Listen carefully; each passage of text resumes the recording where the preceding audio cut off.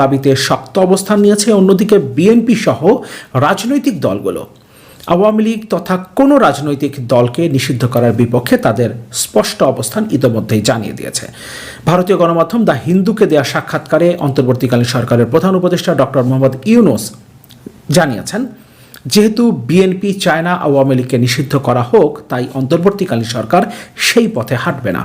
সেখানে তিনি আরও জানিয়েছেন, এই সরকার অন্তর্বর্তীকালীন সরকার রাজনৈতিক দলগুলোর ইচ্ছার প্রতিফলন ঘটাচ্ছে, তাদের সাথে আলোচনার ভিত্তিতেই তারা বিভিন্ন সিদ্ধান্ত গ্রহণ করছে। যদিও রাজনৈতিক দলগুলোর পক্ষ থেকে বেশ কিছুদিন যাবৎ বলা হচ্ছে অন্তর্বর্তীকালীন সরকার তাদের সাথে খুব একটা আলোচনা করছে না এবং অন্তর্বর্তীকালীন সরকার তাদের নিজেদের মতো করে সিদ্ধান্তগুলো গ্রহণ করছে। অন্তর্বর্তীকালীন সরকার কি আসলেই রাজনৈতিক দলগুলোর সাথে আলোচনার ভিত্তিতেই সব সিদ্ধান্ত গ্রহণ করছে? অন্তর্বর্তীকালীন সরকার গঠিত হবার আগেই বিএনপি একটা সমাবেশ করে 3 মাসের মধ্যে নির্বাচন দাবি করেছিল। এরপর তারা সেখান থেকে সরে এসে 6 মাসের মধ্যে নির্বাচন দাবি করে। পরবর্তীতে তারা অন্তর্বর্তীকালীন সরকারের কাছে অন্তত নির্বাচনের রোড ম্যাপের দাবি করেছিল, যে রোড ম্যাপ 100 দিন পার হয়ে যাবার পরেও অন্তর্বর্তীকালীন সরকার ঘোষণা করেনি। বিএনপি এখনও এই দাবিতে অটল রয়েছে। এমনকি তারা ঘোষণা করেছে, যদি অন্তর্বর্তীকালীন সরকার নির্বাচনের রোডম্যাপ ঘোষণা না করে তাহলে এই দাবিতে আগামী বছর মার্চ এপ্রিলের পর থেকে তারা রাজপথেও নামতে পারে। কিন্তু তারপরও অন্তর্বর্তীকালীন সরকার সে পথে হাঁটেনি। কিন্তু রাজনৈতিক দল বা স্পষ্টভাবে বলতে গেলে আওয়ামী লীগ নিষিদ্ধকরণের ক্ষেত্রে ডক্টর মোহাম্মদ ইউনূস যে সিদ্ধান্তটা সরকার গ্রহণ করতে যাচ্ছে, অর্থাৎ রাজনৈতিক দলকে নিষিদ্ধ করা হবে না, সেই সিদ্ধান্ত গ্রহণের ক্ষেত্রে পুরো দায়টা রাজনৈতিক দলগুলোর উপরে চাপিয়ে দিয়েছেন। এখন প্রশ্ন হলো, বিএনপি কেন চায় না আওয়ামী লীগকে নিষিদ্ধ করা হোক? বিএনপি কেবল একমাত্র পক্ষ যারা চায় না কোনো রাজনৈতিক দলকে নিষিদ্ধ করা হোক, নাকি আরও অনেকগুলো পক্ষ রয়েছে যারাও ঠিক একই ধরনের দাবি করেছিল? আমাদের মনে থাকবার কথা, অন্তর্বর্তীকালীন সরকারের প্রধান উপদেষ্টা ডক্টর মোহাম্মদ ইউনূসের বিশেষ সহকারী, যিনি জুলাই অভ্যুত্থানের মূল কারিগর হিসেবে পরিচিত, আন্তর্জাতিক অঙ্গনে ডক্টর মোহাম্মদ ইউনূস নিজেই যাকে জুলাই অভ্যুত্থানের মাস্টার মাইন্ড হিসেবে পরিচয় করিয়ে দিয়েছিলেন, মাহফুজ আলম 4 সেপ্টেম্বর তার একটা বক্তৃতায় আওয়ামী লীগ তথা কোনো রাজনৈতিক দল নিষিদ্ধের বিপক্ষে তার স্পষ্ট অবস্থানের কথা জানিয়েছিলেন এবং আওয়ামী লীগকে কেন নিষিদ্ধ করা উচিত নয়, আওয়ামী লীগকে নিষিদ্ধ করলে সেটা পরিস্থিতিকে আরও খারাপের দিকে নিয়ে যেতে পারে, সে ব্যাপারে তিনি তার যুক্তি সেই বক্তৃতায় উপস্থাপন করেছিলেন। অথচ এখন আমরা দেখতে পাচ্ছি বৈষম্য বিরোধী ছাত্র আন্দোলন, জাতীয় নাগরিক কমিটি, যাদের উপরে মাহফুজ আলমের প্রচণ্ড রকম প্রভাব রয়েছে, তারা আওয়ামী লীগ নিষিদ্ধের ব্যাপারে শক্ত অবস্থান নিয়েছে। একদিন আগেই হাসনাত আব্দুল্লাহ একটা অনুষ্ঠানে বিএনপিকে উদ্দেশ্য করে প্রচণ্ড আক্রমণাত্মক বক্তব্য রেখেছেন। তিনি দাবি করেছেন, বিএনপি পেছনের দরজা দিয়ে আওয়ামী লীগকে আবারও বাংলাদেশে পুনঃপ্রতিষ্ঠা করতে চাইছে, এই অভিযোগ তিনি এনেছেন।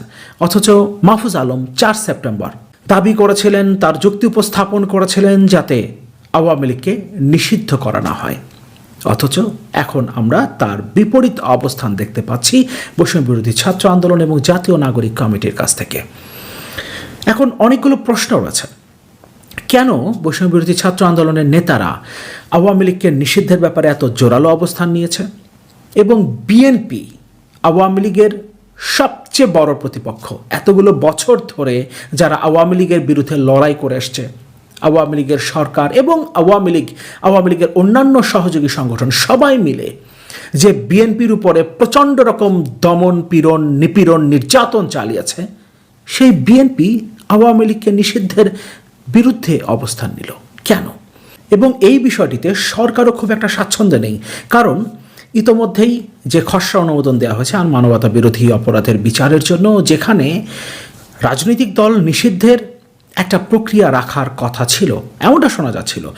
অন্তর্বর্তীকালীন সরকারের পক্ষ থেকেই এমন ধারণা দেওয়া হয়েছিল, কিন্তু সেই জায়গা থেকে পুরোপুরিভাবে সরকার সরে এসছে এবং যে খসড়া অনুমোদন দেওয়া হয়েছে সেখানে রাজনৈতিক দল নিষিদ্ধের কোনো বিধান রাখা হয়নি। আমরা যদি গত 3 দিনের টাইম লাইন দেখি, 18 নভেম্বর রিপোর্টে বলছে মানবতা বিরোধী অপরাধ দল নিষিদ্ধের বিধান আসছে আন্তর্জাতিক অপরাধ আইনে।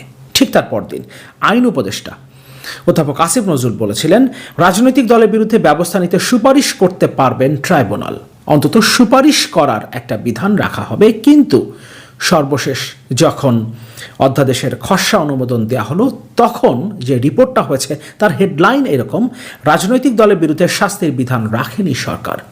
তার মানে সরকারও খুব একটা স্বাচ্ছন্দ্যে নেই এই বিষয়টিতে, কিন্তু তারা ইতোমধ্যে সিদ্ধান্ত নিয়েছে এবং মানবতা বিরোধী অপরাধের যে বিচারের জন্য খসড়া অধ্যাদেশের অনুমোদন দিয়েছে সরকার, সেখানে রাজনৈতিক দল নিষিদ্ধের কোনো বিধান রাখা হয়নি। সরকারও তার অবস্থান পরিষ্কার করেছে। যে প্রশ্নগুলো আমাদের সামনে আসছে, একটা একটা করে আমরা তার উত্তর খোঁজার চেষ্টা করি। বিএনপি কেন তার চিরপ্রতিদ্বন্দ্বী আওয়ামী লীগকে নিষিদ্ধ করার বিরুদ্ধে অবস্থান নিয়েছে? এই মুহূর্তে যদি একটা নির্বাচন হয়, একটা ফেয়ার ইলেকশনে বিএনপি সংখ্যাগরিষ্ঠ আসন পাবে, তারা সরকার গঠন করবে, এই বিষয়টি সম্ভবত কেউ অস্বীকার করবে না। তাদের একটা নির্দিষ্ট ভোট ব্যাংক রয়েছে। আওয়ামী লীগেরও একটা ভোট ব্যাংক আছে, যদিও তাদের জনপ্রিয়তা একদম তলানিতে পৌঁছেছে, তারপরও তাদের একটা নির্দিষ্ট ভোট ব্যাংক রয়েছে। আওয়ামী লীগ যদি নির্বাচনে অংশও নেয়, তারপরও তারা বিএনপির সাথে ভোটের রাজনীতিতে তারা পেরে উঠবে না, এটা বিএনপি বুঝতে পারে।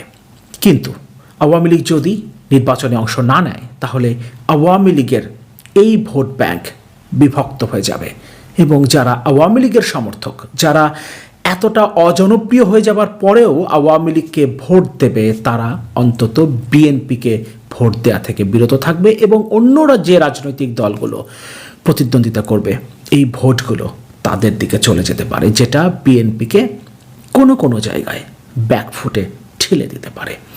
এটা তাদের একটা কনসিডারেশন হতে পারে। আরেকটা বিষয় বিএনপির কনসিডারেশনে থাকতে পারে, আওয়ামী লীগকে বাদ দিয়ে যদি এখন একটা জাতীয় নির্বাচন অনুষ্ঠিত হয় এবং সেই নির্বাচনের মধ্য দিয়ে যদি বিএনপি সরকার গঠন করে, সেক্ষেত্রে আওয়ামী লীগের পক্ষ থেকে দাবি করা হতে পারে, যেহেতু তাদেরকে নির্বাচনে অংশ নিতে দেওয়া হয়নি, তাই বিএনপি সরকার গঠন করতে পেরেছে। কিন্তু বিএনপি এটা জানে, আওয়ামী লীগ যদি এই মুহূর্তে নির্বাচনে অংশও নেয়, তারপরও তারা নিরঙ্কুশ সংখ্যাগরিষ্ঠতা পাবে। এ কারণে তারা চায় না আওয়ামী লীগকে বাইরে রেখে কোনো জাতীয় নির্বাচন অনুষ্ঠিত হোক। অন্যদিকে ছাত্ররা যে রাজনৈতিক দল গড়ে তোলার চেষ্টা করছে এবং এর পাশাপাশি অন্যান্য কিছু রাজনৈতিক দল আমরা ধারণা করতে পারি যাদের সাথে ছাত্রদের এই দলের যুগপৎ কিংবা জোটগত নির্বাচন হতে পারে, তারা আওয়ামী লীগের এই ভোট ব্যাংক নিজেদের দিকে টানবার চেষ্টা করবে। সুতরাং আওয়ামী লীগ যদি ভোটে না আসে, সেক্ষেত্রে তাদের ভোট ব্যাংক ভারী হবার সম্ভাবনা তৈরি হবে। সুতরাং তারা চাইবে আওয়ামী লীগকে নিষিদ্ধ করা হোক কিংবা অন্তত আওয়ামী লীগ এই নির্বাচনে অংশ না নিক।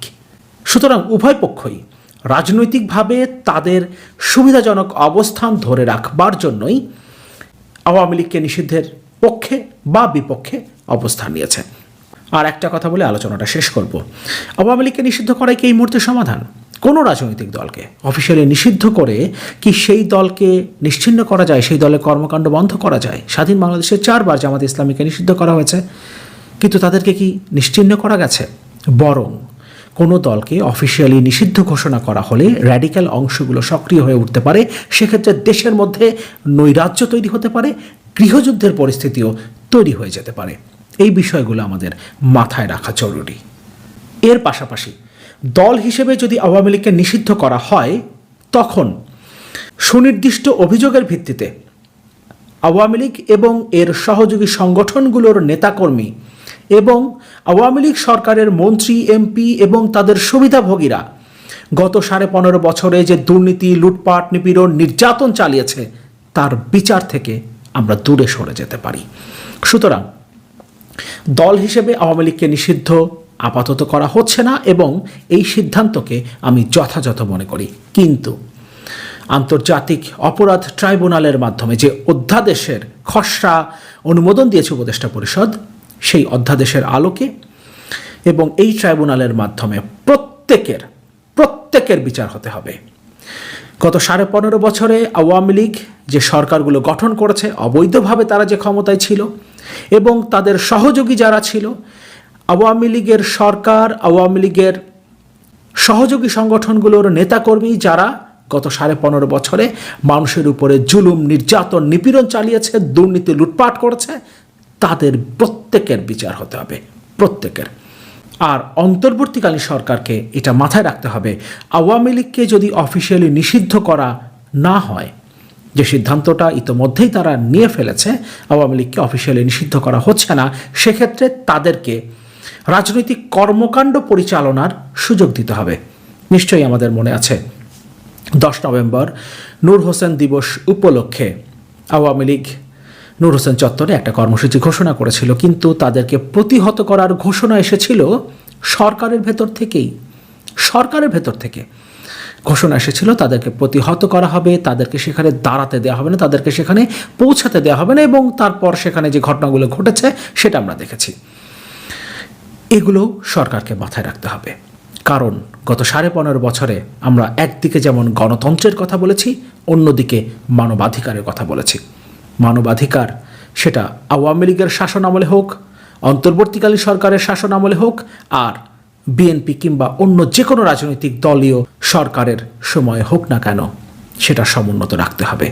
সুতরাং আওয়ামী লীগকে যেহেতু নিষিদ্ধ করা হচ্ছে না, তাদেরকে স্বাধীনভাবে রাজনৈতিক কর্মকাণ্ড পরিচালনার সুযোগও দিতে হবে, এবং এটাই আসলে গত 15.5 বছরে আমাদের লড়াই ছিল। তবে আরেকবার বলছি, সুনির্দিষ্ট অভিযোগ যাদের বিরুদ্ধে রয়েছে, এবং সবচেয়ে বড় বিষয় হলো আওয়ামী লীগের সাথে যারাই সম্পৃক্ত ছিল, সম্ভবত 95 থেকে 98% মানুষের বিরুদ্ধেই